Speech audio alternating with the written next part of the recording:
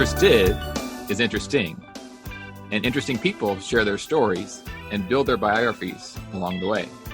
I am your host, Doug Sanquist. I'm a dentist and photographer, and now a podcaster.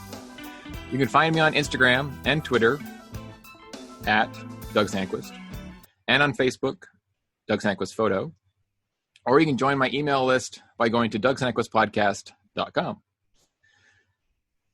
Today, our guest is Dr. Muna Strasser. Hey, Muna. Thanks for joining me today. Thanks for having me. All right, cool. As with all of our guests, I don't have a bio, and I have not read her bio, but I will tell you that I've known Muna for a couple of years. She is also a fellow dentist. I know that much.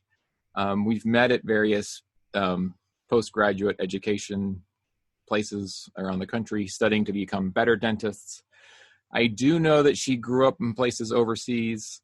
I don't exactly know where all those are, but she is currently a dentist in Moline or Quad Cities, Illinois. And the goal of our chat today is just to discover Muna's real biography. You okay with that, Muna? I'm absolutely fine with it. All right, cool. So, like all of our podcasts, and this is podcast number 4, we start with 10 easy, quick, and 10. Let's see. So we start off with 10. So we start off with a list of 10 quick and easy starter questions. No maybes here, Muna. All right. Yes. All right. Number 1, gummy bears or M&Ms? Really? M&Ms. You know, I have not had a single person say gummy bears yet. Yeah. They get stuck in your teeth. Sweet or salty? Sweet. Hot or cold? Hot. Would you ever wear flip-flops at Disney World? Really? Hell no. Not just no. Okay. Emphatic. Okay. Are you an early riser or a night owl? Early riser. Cow or chicken? Cow. Short hair or long hair? Short hair. Tattoos, yay or nay? Yay. Okay. Coffee or tea? Coffee. Cake or pie? Only flourless chocolate cake. All right. Gluten-free. That's good. All right. And our bonus question, sauerkraut, love it or hate it? Love it. That's cool. One of my guests didn't actually know what sauerkraut was. I had to explain that to him. So. Really? All right. Yeah, but you never know. All right, Muna, so I need to know what your earliest childhood memory was. All right, so my earliest childhood memory, I have actually pretty vivid memories of childhood, early childhood. Earliest one would be, this is before I could walk, and I was a late walker, so I could walk, sorry. Being on a balcony in Lebanon in our apartment, and there was a bridal party coming through the street. So in Lebanon, when you get married, they have a procession, like a funeral procession, but it's all white cars with flowers and ribbons, and the bride and groom are exposed for the public to come to the balconies and cheer, kind of like the cheering that's going on now in apartment communities for the healthcare workers. So I remember that vividly. My parents were hosting a dinner party, and everybody was on the balcony watching the bride and groom. Were you born in Lebanon? I was born in Beirut. All right. And then how long did you live there? We lived there for 5 years. My parents met in the States, but my dad was a professor at the American University of Beirut and was hired by the Ford Foundation to run a program start and develop a program in the empty quarter of Saudi Arabia, which is in the middle of nowhere, in a little project called Haddad. It's still there. It's now a dairy farm of all weird things. But we moved to Saudi Arabia when I was 5, and we were there for 5 years, moved back to Lebanon after that. And then how long did you live in Lebanon after that? So we actually got there, and of course, we went home to Beirut during the years in Saudi Arabia occasionally, but when we came back, it was 1975, and my mother, my sister, and I had come to the States to visit my grandmother, who was ill. My grandmother lived in Chicago on the North Shore suburbs, and the war broke out in Lebanon. And so we were physically separated from my dad for a year. So we spent our time between New York and Chicago and California, where we had family and friends that hosted us. And so to get out of Lebanon, because my dad saw that, the Civil War wasn't going to end anytime soon. And every time we'd try to get on a plane to go home, they would shut the airports. He took a job with the United Nations, the development program for the Food and Agriculture branch of the United Nations. And so we moved to Tripoli, Libya. And so we spent 5 years in Libya as well. And were evacuated in 1980 in December, not able to say goodbye to anybody, left discreetly, and moved to Italy. So moved to Rome, Italy, where the headquarters of the Food and Agriculture branch of the UN is. So 2 weeks after we left, the Americans were thrown out of Libya by Qaddafi. So, yeah. And my parents spent 25 years in Italy after that. So. Wow. And then when did you come to the States? I spent 4 years in Italy. I went to high school in Italy and came to the States for college. So, wow. Yeah. So that's interesting, because my next question is, what were your summers like as a kid? Where did you spend your summers, or how, Yeah. So in Lebanon, Lebanon is like being in Paris. So we spent our summers, going to the golf club and swimming and goofing around when I was young, and visiting friends and relatives and restaurants, you name it. As long as there's no war, it was fine, right? Oh, it was normal. Yeah. Beautiful. It was heaven. It's a country the size of New Jersey, and it's got mountains, and you can ski and swim in the same day. It's a beautiful country. In Saudi Arabia, there wasn't really distinction between summer and winter or anything else. Yeah. My mom homeschooled us, although she let us go to a Bedouin school on occasion. It was a little different for me than it was for my sister, because my sister was post-puberty. And so she had to cover up and wear the veil, and, couldn't go out in public, where I had the run of the place, because I was essentially like a little boy. I could run wherever I wanted. So every day we'd have our lessons in the morning, and I'd have the rest of the day to roam the desert. And that was a lot of fun. The King of Jordan had sent us, just a ton of horses. So I spent a lot of time with animals, a lot of time exploring the desert, a lot of time on my own, staring at bugs. I made a hobby of collecting camels' hooves. They shed their hooves except that, they also attract ants. So my mother wasn't really thrilled with me about that. But I had a collection of, hedgehogs, whatever I could find, birds, whatever. I never thought that camels shedded their hooves. That never even occurred to me. So yeah, it's pretty gross. Yeah. Obviously lots of sand dunes. Were there a lot of sand dunes? Yeah. Oh yeah.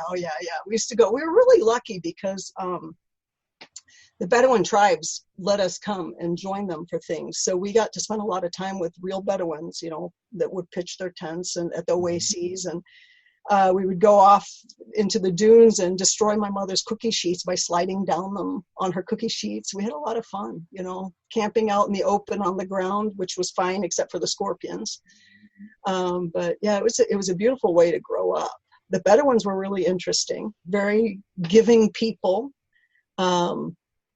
very friendly, you'd have, this old sheikh with 50 wives, and they were all like sisters in this tent. And, apart from drinking camel milk, which I didn't like, they would let us ride their camels, and it was kind of a neat growing up.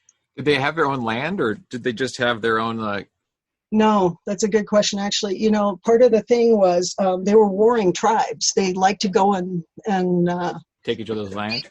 They did this development program and asked my dad to head it. Was that the actual effort was to localize the nomads so that they would stop roaming and stealing from each other, and they were always having these problems with them. And so they brought in, my dad brought in all experts from all over the place. They built irrigation systems. My dad taught them, what crops to grow in the climate, what animal breeds to and how to breed animals in that climate. And, they tried to make them self-sustainable and actually tried to localize them, but it didn't work because even though they built like prefab houses for them, the Bedouins wouldn't live in the houses. They would just pitch the tents outside the house, and the animals would be all, the goats would be in the toilet, or they didn't have supplies. Like they didn't understand the concept of purchasing toilet paper. So they would go to the bathroom in the toilet and then throw rocks down the toilet or sand. And so, of course, the plumbing didn't work anymore.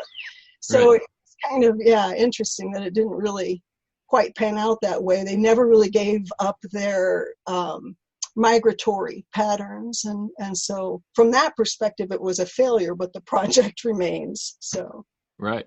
I don't even know. Do the Bedouins still roam Saudi Arabia? I mean, is there still a decent culture of them still? Sure. Sorry about my ignorance, but no, it's, Yeah.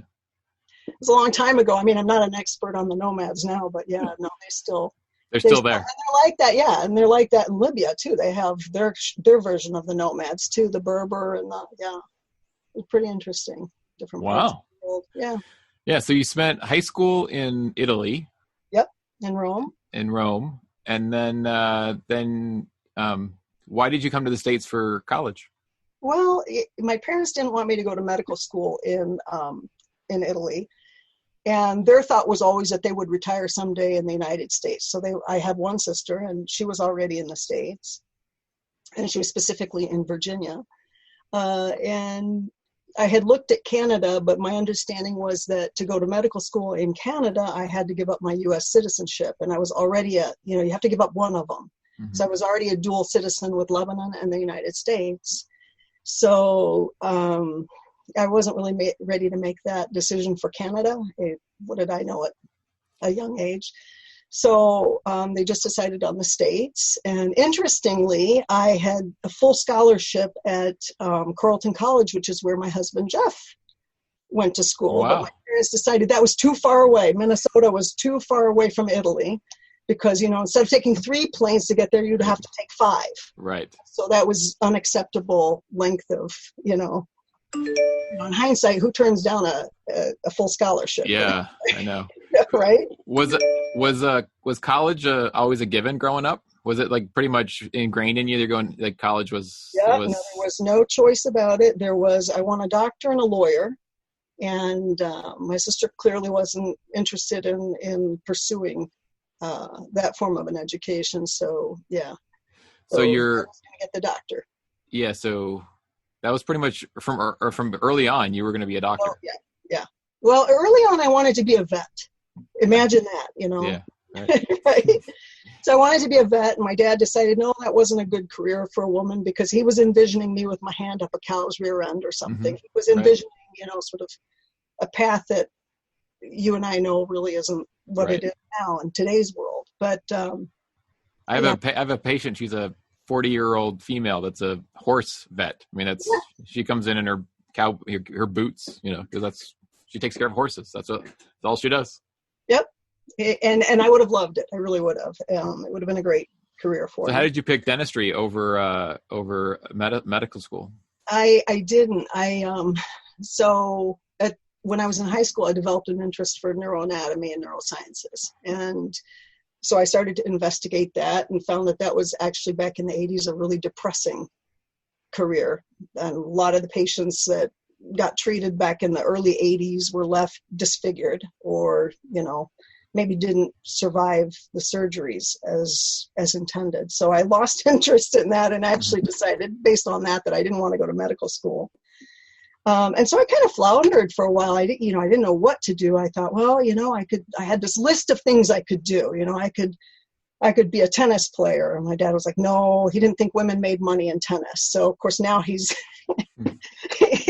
totally rethinking that one. Yeah. Anyway, they make more than men do now, I think. Right? Anyway, I'm sure he regrets it now. But anyway, so I came up with this list of possible careers I could have. I could be a writer because I actually like to write and can be fairly creative. And no, that's a hobby. So no, you can't be a writer. And anything I would suggest, my dad would just shake his head. And finally I just said to him, okay, what am I going to be? And he said, you're going to be a dentist. I was like, oh my God, I can imagine no worse fate on earth if you told me I was going to be a dentist. I hated the dentist. I always tell people, if you told me I was going to be a dentist and, that I was going to be married to Jeff, because, I grew up knowing him and he was my pen pal and one of 3 boys, and I couldn't envision that. I would have run away. I would have gone to the Himalayas. I would have been the goat herder girl and taken a vow of silence. I say it all the time, but I wonder if there isn't some truth in it. But no, I wasn't ever tuned into dentistry. It was not even in my book of interests list. So I thought, okay, all right, I guess I'll go be a dentist. So I'm in college at this point, and my dentist, Dan Thompson, in Blacksburg, Virginia, was a gem of a guy, and he let me watch him take out my wisdom teeth. He handed me a mirror, and that did it. I was like, okay, all right, this is interesting. Okay, so I was holding the mirror while he was working, took out my wisdom teeth. So I decided to work for him for free for 2 years, and decided, okay, I'll do dentistry. So I also met Dr. Brownstein. I was accompanying a friend to one of the pre-dental talks that they do in colleges, and Dr. Brownstein was a really phenomenal guy. And I thought, okay, all right, I'll give this a try. So I applied after 3 years and got accepted and went to dental school. So that's how I became a dentist. I like that. It's an interesting, I think a lot of dentists kind of fall into it in an interesting way. I mean, there's some that wanted to do it from early age, and a lot of them that just kind of like didn't know what else to do, and just kind of like, well, here's something that's kind of interesting.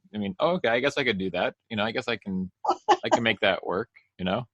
Yeah. So, so how do you think that's? Are you happy with your decision? Oh, heck yeah. In hindsight, it's hard to say in life. I mean, you have so many experiences that are pivotal, and your life takes so many different paths. I mean, if you told me when I was 8 or 9 years old that I'd be living in Moline, Illinois, and I'd be a dentist, I wouldn't have been able to perceive that or even conceive of that idea. They just wouldn't have been in it. But, the path I've had in life and the changes I've made, and, practiced in Virginia and moved here, and all of it's led me to where I am today, and I wouldn't change a thing. So has it been good for me? Yes, it's taught me a lot. But I had to do a lot of additional education in order to find passion for dentistry. I didn't, even after 4 years, there was no way. I was interested in surgery. I wanted, I loved my residency program. It was phenomenal. I loved being in the hospital. I loved all of the medicine of it. I loved the holistic approach to patients. So that helped me, all of the continuing education, the programs I've attended helped to make me like what I do for a living and help me actually have passion for it. So, So yes, I like it now. How long did it take you to get there, you think? A long, long time. Along the way, I developed, little sparks of interest as I'd learned something different, something new. But what I discovered is that as long as I continue to learn, as long as I'm an active learner, I will love it. It's when I'm doing dentistry the way it was done yesterday that it'll die for me. But it took me, maybe until, I'm 53. It took me until maybe 10 years ago. 10 years ago, I really started to enjoy it. And part of that has some to do with, my personal practice story too, where I bought an older practice where patients weren't used to the standard of care and it was difficult. So as that evolved and streamlined and I got people in place with me that actually share the same values that I have, that has improved my love for it tremendously. That's made a big impact. So I'm grateful for that. So how long did you practice in Virginia? So I finished dental school in 1991, finished my residency in 1993, and I practiced almost 10 years in Virginia. And I moved here to Illinois 8.5 months pregnant with my daughter. Wow. So, yeah. So moving a dental practice is not the easiest thing in the world to do, or selling one and then starting over is not the easiest. How did that go? That was really, it was a nightmare, because at the time I actually had a difficult, my husband was living here and I was there, and difficult pregnancy. I had trouble staying pregnant, and the fellow that was supposed to be buying my practice, turns out didn't have an active license. So here I was going through this difficult pregnancy, and I was getting him signed up to take the local boards so that he could get his license in Virginia and purchase my practice so I could move to Illinois. And a day before he actually took the boards, and I provided him with all the patients and drove them down to Richmond where he was taking the exam. The day before he took the boards, he was playing soccer and broke his arm, his dominant arm. So he failed the boards, of course. So it was stressful. But I ended up in preterm labor over that in the hospital for a couple weeks. And a fellow who I had just met, who actually had gone to school in Illinois, came, and I had just met him, and he said, "Don't worry." He called me up. He said, "Don't worry, I'm going to buy your practice." And I mean, it was a godsend. That guy handed me a lifeline when I needed one, because just the overwhelming enormity of selling a practice and moving to a different state, and where was I going to start out, and it was significant. Yeah. So then you sold the practice in Virginia, and then had to buy a new practice in Moline, Illinois. That's like going from Moline, Illinois is not the biggest metropolis in the world.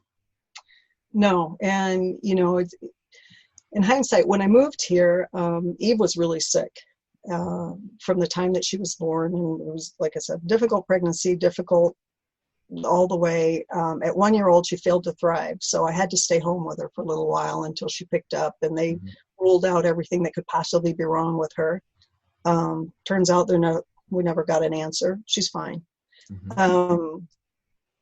But as I started to look for practices, I had a difficult time of it here, because people either didn't want somebody with more experience or more training than they had possibly, or it was not an open environment to somebody coming from outside, is what I found. How does being a female dentist in your area, how does that, that's got to be a little bit different. Back in time. Yeah. I had stepped back in time. From sort of the attitude on the East Coast was very different from the Midwest. I didn't feel accepted or appreciated or wanted. People weren't willing to hire me. And so it was what it was. So when I finally, a dental rep found me the practice that I purchased, and unfortunately it was a practice of supervised neglect. But it was the only one for sale, and so I bought it, and it was in a pretty sketchy part of town, and not a practice where physically I could produce the kind of dentistry that I needed to produce, because it didn't have a lab. It didn't have some of the things that I needed to do in order to be able to do what I do. And so we ended up having to move the practice. I purchased it in 2005, and in 2012, but 2011, we had built a new one. And so, to do that transition was also difficult. But it was also difficult for the patients, because they weren't used to, somebody coming in and actually taking x-rays or probing, or, they really had to do a lot of, patients that stayed with me in the practice were patients that, really were patient with me and let me educate them, and people that wanted to get better. Yeah, people that valued it. Wasn't easy though. Yeah, because there's lots of, unfortunately, people have different ideas and different ideas and expectations of what care is, and I think that's the challenge. I think what we do as dentists or whatever. I think. And I think in all walks of life, ultimately it's just finding people who have the same set of values that you do. And I think that's, especially buying a practice, trying to find, it's a big hit to the psyche to have people leave just because they don't have the same value system you do. Oh yeah. And I had, neighbors that were willing to assimilate those patients.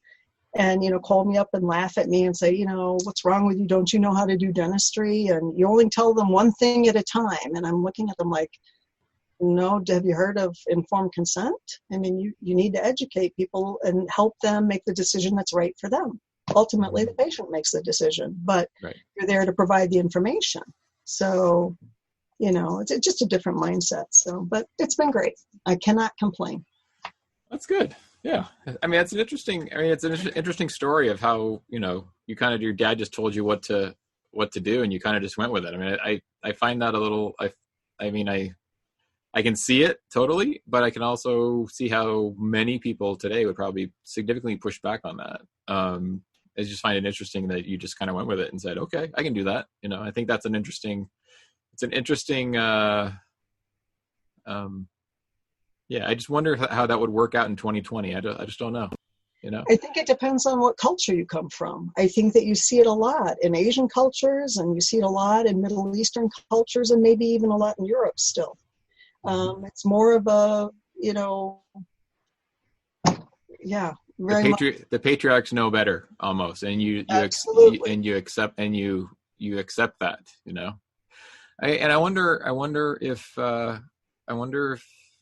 I wonder if that's better. I'm just throwing that out there. It's funny, Jeff and I, and Jeff, I've known my husband since I was 5 and he was 7.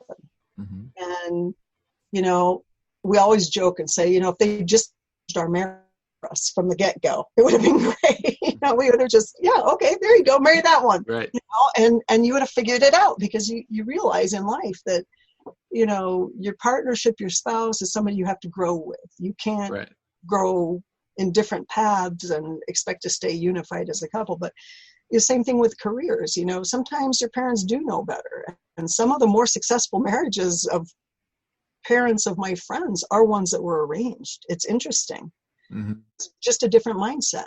And again, a different sense of community, because families are much more involved in Middle Eastern communities and European communities. I mean, you can't get away with stuff because your grandma's watching me. I mean, you've seen those jokes about, the Italian mafias, all the old ladies at the window watching what you're doing in the street. It's true. Yeah. Everybody knows everything. You can't hide. Yeah, it's interesting. A friend of mine on one of my trips, he's Indian, and he has two. And I was asking him, he's obviously immigrated here like 40 years ago, but I was asking him about, like, did he arrange the marriages of his daughters? Because he has 2 daughters, and he's like, let's just say yes, but let's just also qualify what arranged means. You make the introduction. Right. And it's like, basically in Indian culture, or, I'm probably going to butcher this, and I've probably get some emails that I got this wrong or whatever, but that's fine. But it's basically just the families want to make sure that their children are associated with families in the same socioeconomic or the same caste or class of people, because that will, people do better when they're in the same.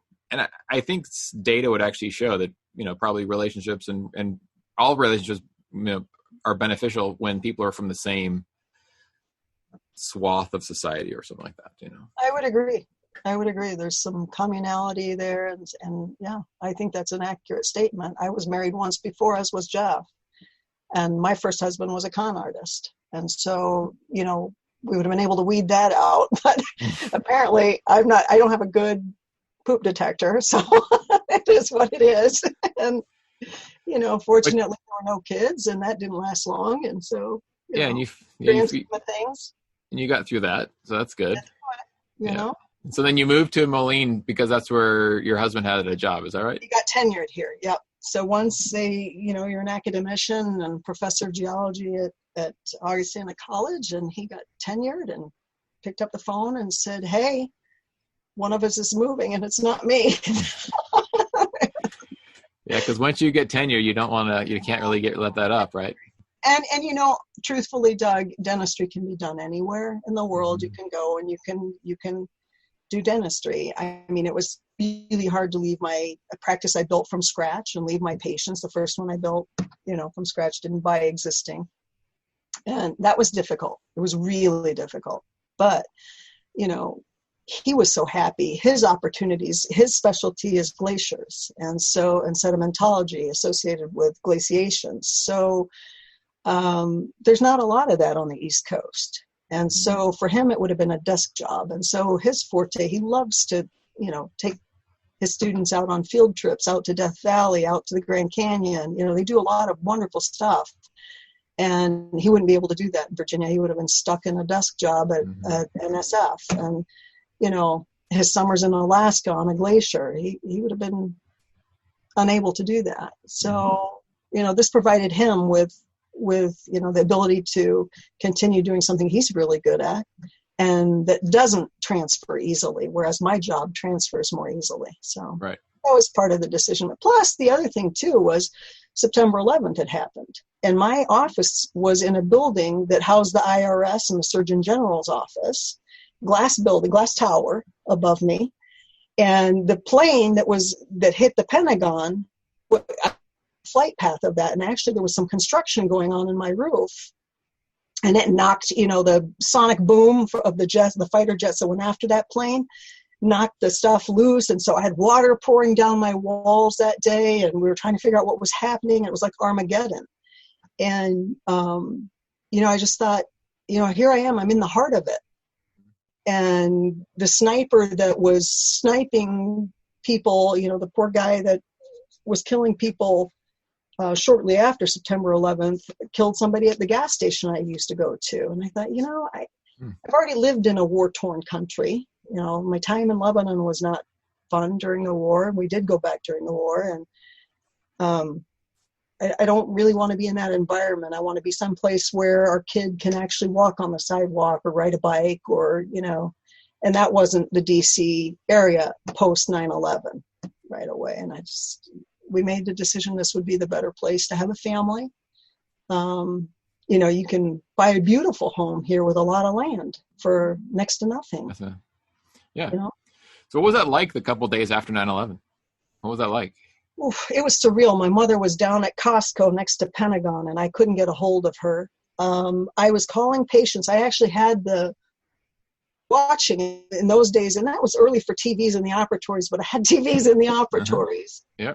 And my patient was actually watching people jump out of the towers in New York, and and you would hear the noise overhead, and it was complete chaos. So that particular day, I was phoning patients immediately cancel. I said, just stay home. I don't know what's happening. Just stay home. And I got my dad on the phone, and I told him, actually, my dad was in my office. He used to come to my office every morning, and I'd take him to lunch. But I sent him right out to my house and, you know, told him to go down to the basement. I had no idea what was happening, you know, whether we were under attack or what. And, you know, told my mother, and they hunkered down with me at my house. But it was surreal. It was really, it was a time where we were overwhelmed with disbelief and sadness, and the whole nation was sad. It was just horrible. It was a horrible experience, and the mess it left everywhere was unbelievable. And I was on standby for forensics, and I never got a call. It was awful. You know, I wanted to volunteer to help sift through the wreckage and find the bodies and identify. And what they got was not identifiable. There was nothing. That was really hard. It was really hard. And that's also part of the reason that Jeff and I had actually had a New Year's Eve wedding scheduled for post September 11th. So it would have been New Year's Eve that same year. And we ended up instead eloping on October 6th. Wow. Shortly September 11th, we just thought, you know, who knows what the world's going to be, and who knows what's going to happen. And we were on a hike one day, and circuit court judge happened to be jogging by in his red sweats and married us on the spot. It was really cool. Really? I was standing outside his office, and this guy came running up, and he asked me if he could help me. It was October 6th, a beautiful sunny Saturday in Little Washington, Virginia. And he came running by. He said, "Can I help you?" And I said, "Well, yeah, you know," Jeff had no idea, no idea what I was going to say. And I said, "Yeah," I said, "You know, is there a justice of the peace in this town?" And he looked at me. He was like, yeah, it's me. He said, that's my office you're looking at. And I was like, he's like, can I help you? What can I do for you? His name was Baumgarten, really great guy. And I said, yeah, I'd like to get married. He's like, oh, okay, well, you can call my office. I'll give you my card. I'm like, no. I'd like to get married. He's like, what do you mean? He's like, I'd like to get married now. He's like, what? And I already had the marriage licenses. We had our rings because, we were anticipating this other You're uber prepared, right?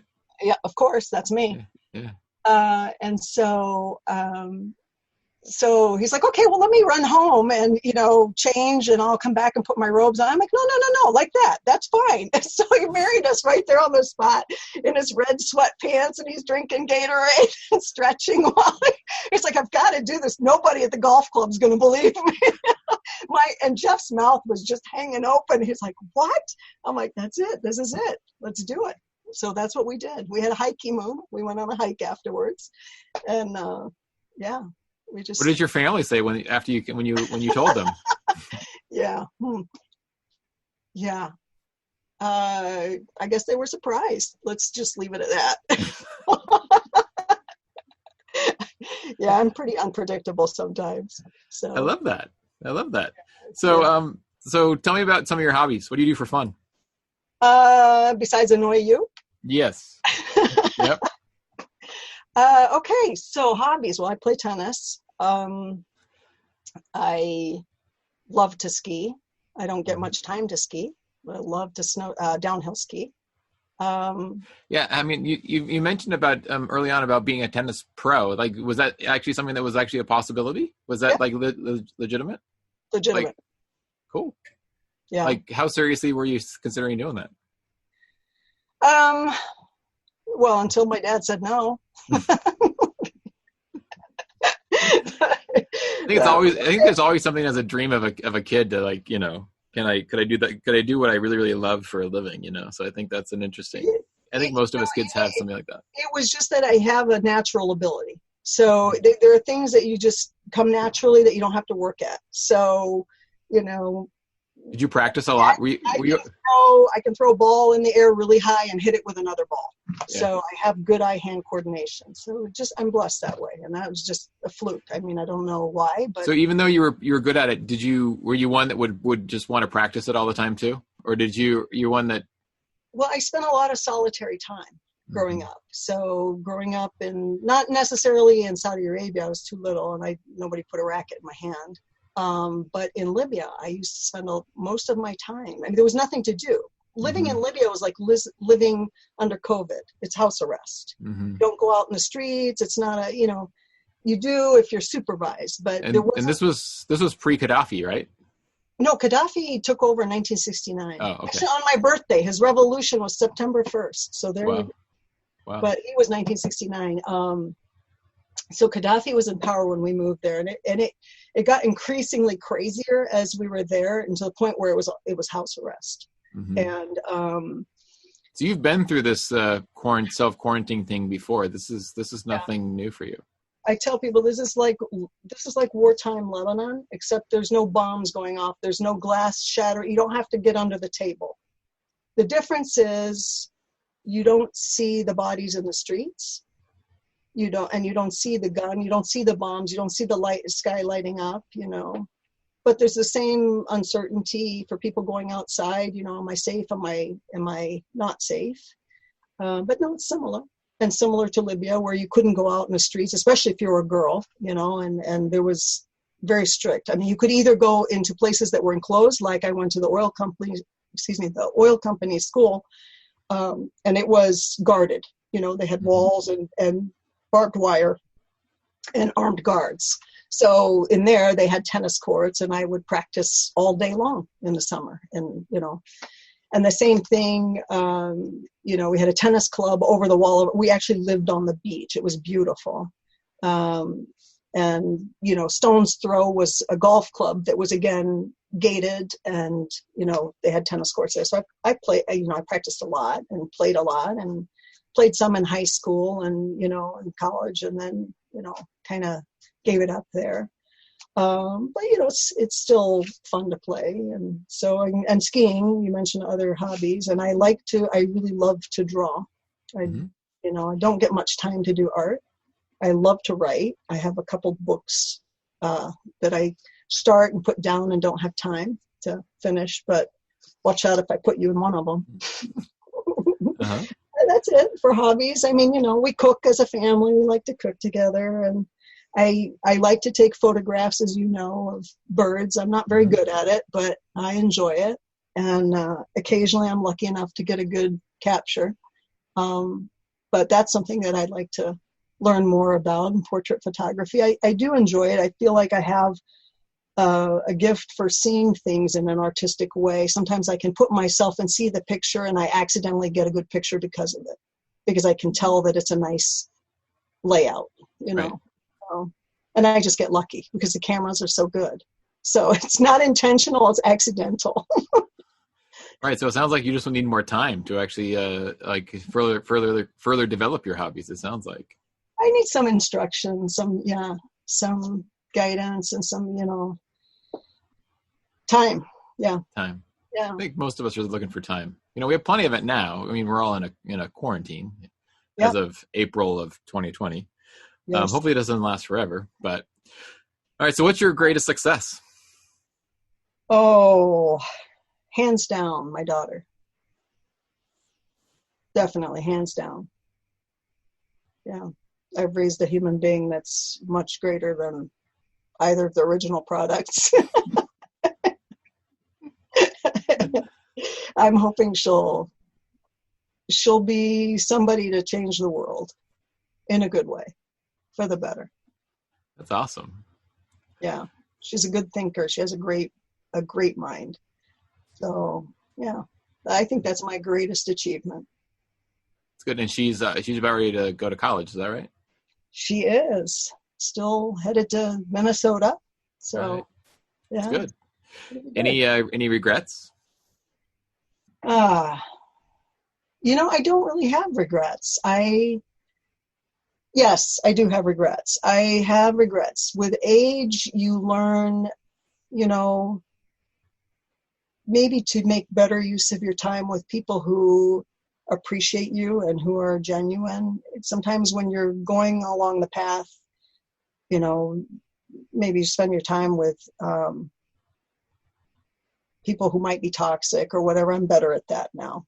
Better at saying no. I'm better at distancing myself from that. So my regrets are maybe that I've spent more time hanging on to people that really I should have made less time for. Yep. Yeah.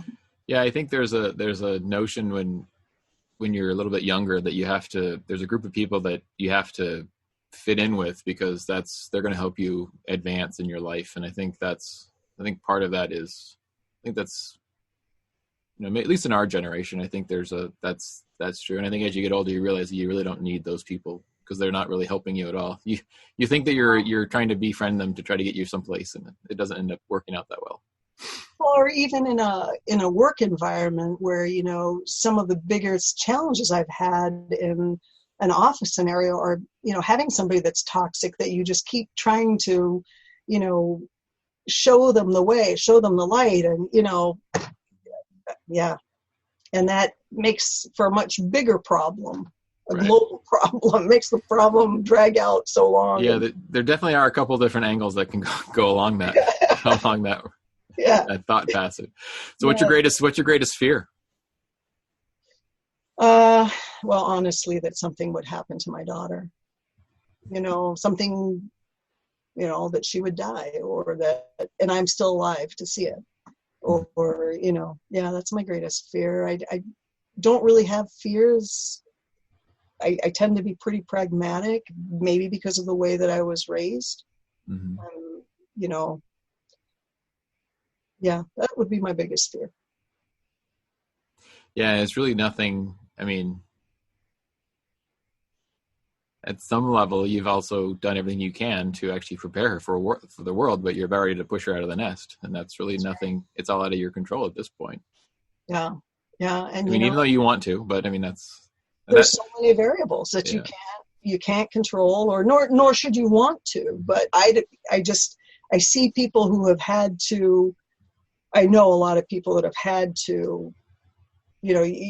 Nobody ever wants to bury their parents. Nobody ever wants to bury their spouse. But burying your child is something that's very difficult for people to come back from.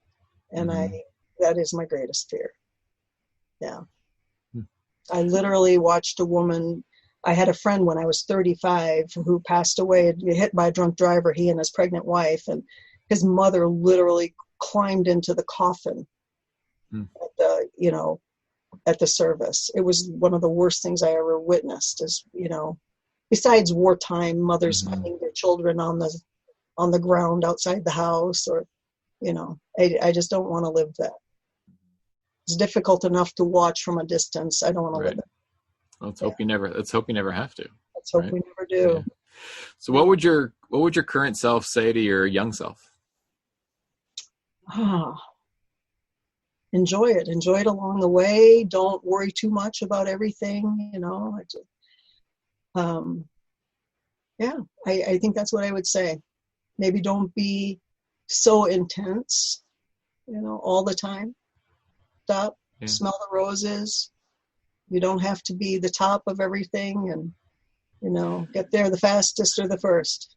Yeah, I've heard that's a common thing, and I don't know why that is. I don't know why we think as a young person that we have to solve every problem right now, or worry about things we have no control over right now. And I think it's an interesting thought process to look back, because I think sometimes it's not really a regret, but it's just I wish I'd just done a few things, not worried about some things 20 years ago that didn't really matter. Yeah. I mean, I didn't go on trips that other kids went on. I didn't do things that others did. I didn't have a senior year of college. There were a lot of things I didn't do in an effort to reduce expense, educational expense or whatever. And there were a lot of opportunities I missed out on. I had an opportunity to go tag sea turtles off the coast of Costa Rica. Hey, why didn't I didn't take it. It's experiences that I would have enjoyed in hindsight, I walked away from. So what happened to your senior year in college? Senior year in college, did I say college? I meant high school. No, you're right. Senior year in college. So what happened to it? Nothing. My first year of dental school counted towards whatever credits were left over, but I worked through summers.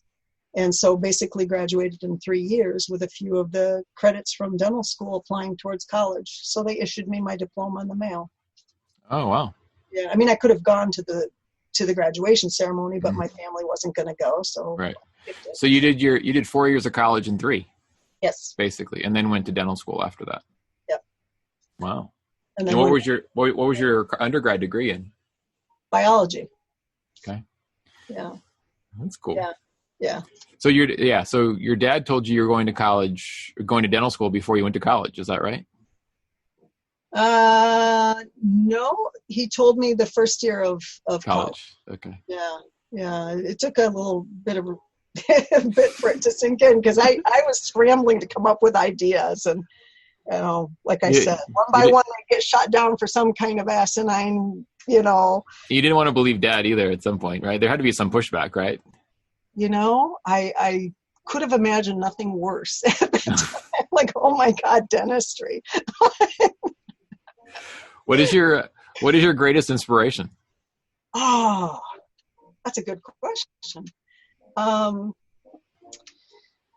My grandmother, my Lebanese grandmother, was one of my greatest inspirations. My dad was a great source of inspiration to me as well. He gave me an incredible work ethic.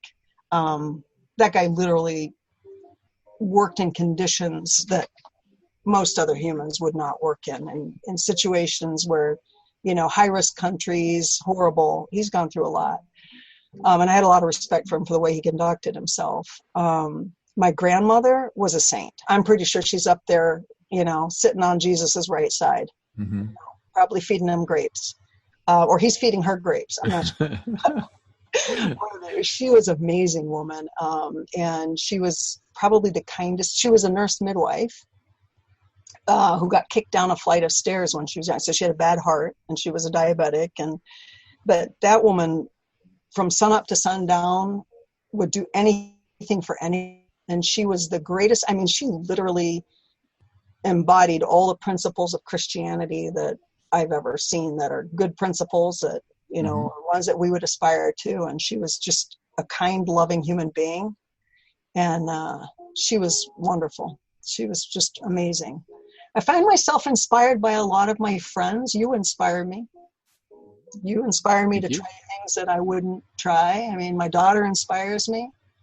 I find my inspiration everywhere. It's not hard to find inspiration, but it's mostly in people that I value and people that I think just are really good people. I like that. You know, Thank you.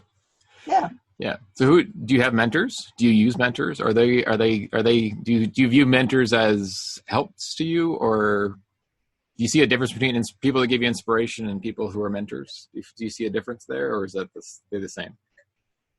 No,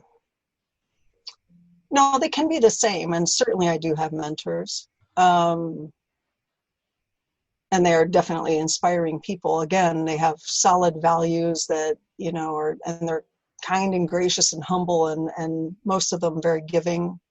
So yeah, I do have mentors, and I find them incredibly uplifting. They challenge me to be better.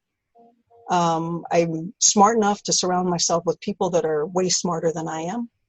Mm-hmm. And so, you know, they push me to excel, push me to, you know, really think about things, sometimes in an uncomfortable way, to grow and learn. And, you know, it's getting to know. Have you always been that way to accept being pushed in a certain direction? Has that always been something that's been a... So I'm an incredibly motivated and competitive person by nature. My parents pushed me. You never could bring an A- home. It had to be an A or an A+. Mm-hmm. There was no room. So, you know, it was out of the question to do anything but your best. And so I feel like I'm self-motivated, so it's not difficult. Yeah. But I enjoy people that push me. Okay. Or call me out, or make me accountable. Mm-hmm. You know. Would you say that that's what keeps you moving forward? I think so. I think, you know, when I find myself stagnating, I look to people like you, or like, you know, some of our other friends, and, you know, I find something new, another way I can better myself, you know, not off somebody else's back, but somebody that challenges me to, hey, no, you're going to go do this next, and you're going to step it up again. You know, it's time to step it up. It's always time to step it up. So it's what keeps it interesting. I mean, I'll die when I can't learn. I spend more on my education yearly than anything else. And, you know, I love it. I love learning.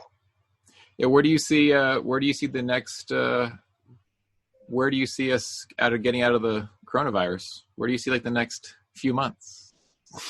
Honestly, I think that as soon as, you know, we're never going to get out of the coronavirus mentality until we develop a vaccine. It's here, and it's here to stay. But in terms of, do you mean like going back to work? What's your question? Yeah.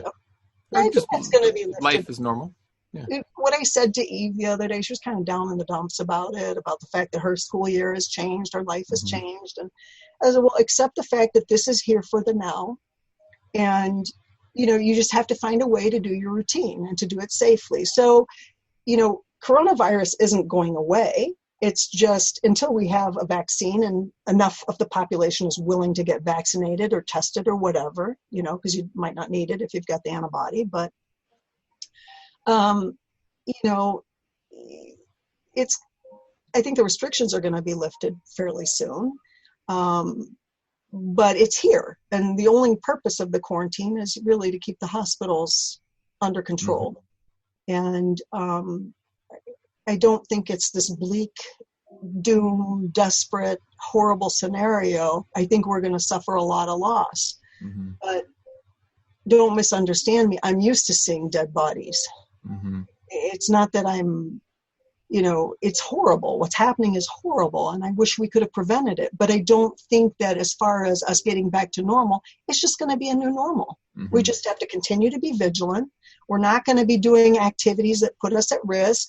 And if we do and we get sick, then at least maybe the hospitals can assimilate us without being so overwhelmed that we die because they don't have what they need to take care of us. Right. But until there's a vaccine, or, none of us are safe, and it just is what it is, and whether or not we're going to be ones that succumb to this disease, really, I mean, there's some clear-cut parameters that we've all been reading. These are who are susceptible, but there are plenty of people dying that had no comorbidities, and right. they don't know why. So right. I just think it's a new normal. And it's like anybody living in the war. I'll tell you, in the summer of 1980, we were in Lebanon. We were in Beirut, and it was still war, Beirut. And, you asked me, what did I do in the summer? Well, I still went to the pool. I still went to the golf club. My buddy and I would go, and, we would sit and, and then the PLO would start shooting at us for target practice and laughing, and we'd just jump in the pool to get away from the bullets. So right. You develop a new norm, Right. You make plans to go to the movie theater, and you find out a bomb just took out that movie theater. Well, it's not like you stay home. You just pick a different one. Then you right. go. You develop this, not a fatalistic attitude, but you can't stay afraid and hide the whole time. If the good Lord takes you, you better make sure you've dotted your I's and crossed your T's and accept it. Right. And go out being a person that people would want to remember, right? Right. Would be proud to say, hey, that was my friend. Right. I mean, I think that's a powerful story. I mean, lots of people have never lived through war, and they've never been told to stay home. They've never been told to watch out where they go. We've in America, we've all pretty much just had free range. I mean, yeah, there's some cities that you don't want to end up in, downtown Chicago or south side of Chicago, or there's certain places around the country that you don't want to be. And I understand that. But for a vast majority of people, I mean, we live in a free society without any problems doing anything at any hour of the day. I mean, there's caveats there. I understand. But, the fact that, America has never had war on our land. I mean, we've never had, I grew up in Las Vegas. You don't see the body bags either. No, I grew up in Las Vegas during the Cold War, and we had the closest thing I can come to is we had nuclear bomb shelters, and we also had nuclear bomb test drills. Yeah. So we had to sit at, hide underneath our desks, and I always remember thinking back, I'm like, if there's really a nuclear bomb, is this desk gonna actually do anything? Because you always heard about nuclear bombs and from Tokyo and all that stuff.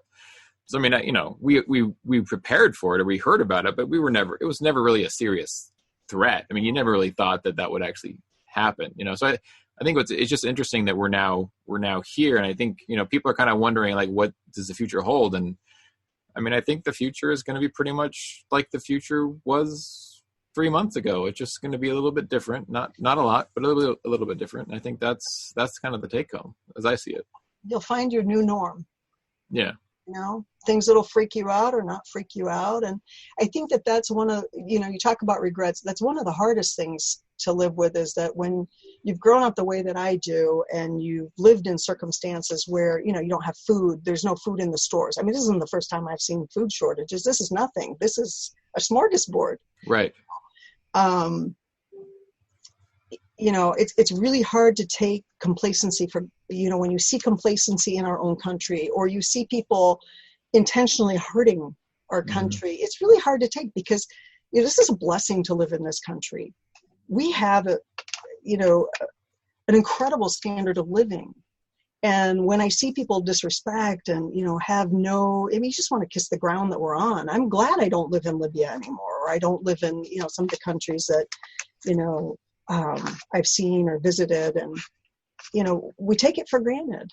And I think if there's any take home from this scenario of being in quarantine, is stop and think about how beautiful, you still can go out and take a walk in this country. You still have food on your supermarket shelves. It's not like other countries where there's nothing. Right. Or we still have so many wonderful things. And I think if people take a pause and really think about how good they have it, that's a good thing. Right. You know, and the fact that we've actually shut it all down, and yeah, it's tough. I mean, there are people who are struggling, but I mean, for the most part, I mean, we're kind of all figuring it out. I mean, you know, it's like, and the haves are helping the have-nots. That's a beautiful thing. Right. You know, people who can't afford groceries and somebody's emptying their cart, or I personally pay for somebody else's groceries when I see they don't have it. Right. Dude, it's happening. Right. Yeah. My brother-in-law, he's at 3:00 in the afternoon, he starts making, he makes 10 to 15 meals for people, his neighbors that don't have any food, and they package them all up and they deliver dinner to them for, 10 to 15 people a day. Yep. Good for them. Yeah. Good for them. I mean, it's, that's a good thing. Impressive stuff. Yeah. Hopefully we'll all come out of it wiser. I think so. I think that's the end. That's kind of the take home. If we don't, if your office is closed, would you trade your child's life for your office being closed? No. You'd take your child's life any minute of the day. Right. So look at it that way. If you save your child from needing services when we can't accommodate the service, it's a good day. Right? Yeah, it is. You're right. I mean, the hardest thing I did was closing my office, because that's not what we do. I mean, we're here to work, but when the one day that I was open, the day I closed, I had 3 people show up, and I'm like, you have to go home. I mean, they couldn't be here. They had to go home. Did you have people calling up saying, oh, well, I'm off work for a couple of weeks. Mm-hmm. We're shut down. Can I come get my work done? I'm like, no, not how this works. You're supposed to stay home. Yeah. Yeah. Don't come breathe on my team. They don't need it. Right.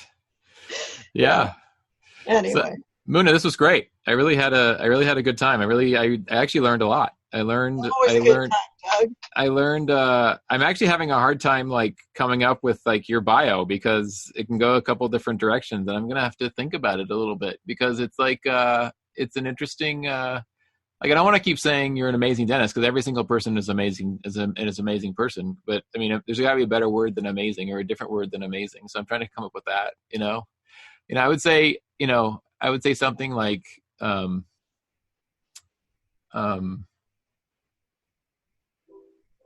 like Muna's life experiences, or Dr. Strasser's life experiences, have enabled her to see the world and see life and see death, and that's terrible, but see life in a way that allows her to embrace her patients and her colleagues and her friends in a way that others can't. I mean, it's something like that. I mean, it's like, I mean, you lived with the Bedouins. I mean, how do you top that? I mean, that's like an experience that nobody else gets, Pretty impressive. I was lucky. Yeah. I was lucky. I mean, literally when you are around people who don't have land and who go and fight for their land to go somewhere else. I mean, that's a pretty, I mean, I find that fascinating, It was pretty, different. It made it very difficult. It's very difficult for people to talk to me, because people don't realize that, we may not have common background. Mm-hmm. But, one of my closest friends on earth, Stacy, is like a sister to me. She grew up in Moline, Illinois, and she and I are the same person, born and raised in different parts of the world, and we have the same personality and same values. I mean, there's a commonality to the human experience that you get from this. So even I was raised in those weird, extraordinary situations, there's a fundamental commonality to human existence. Mm-hmm. And some of us, we're just here to change the world for the better. I like that. Thank you, Muna. You're welcome. Thanks for having me.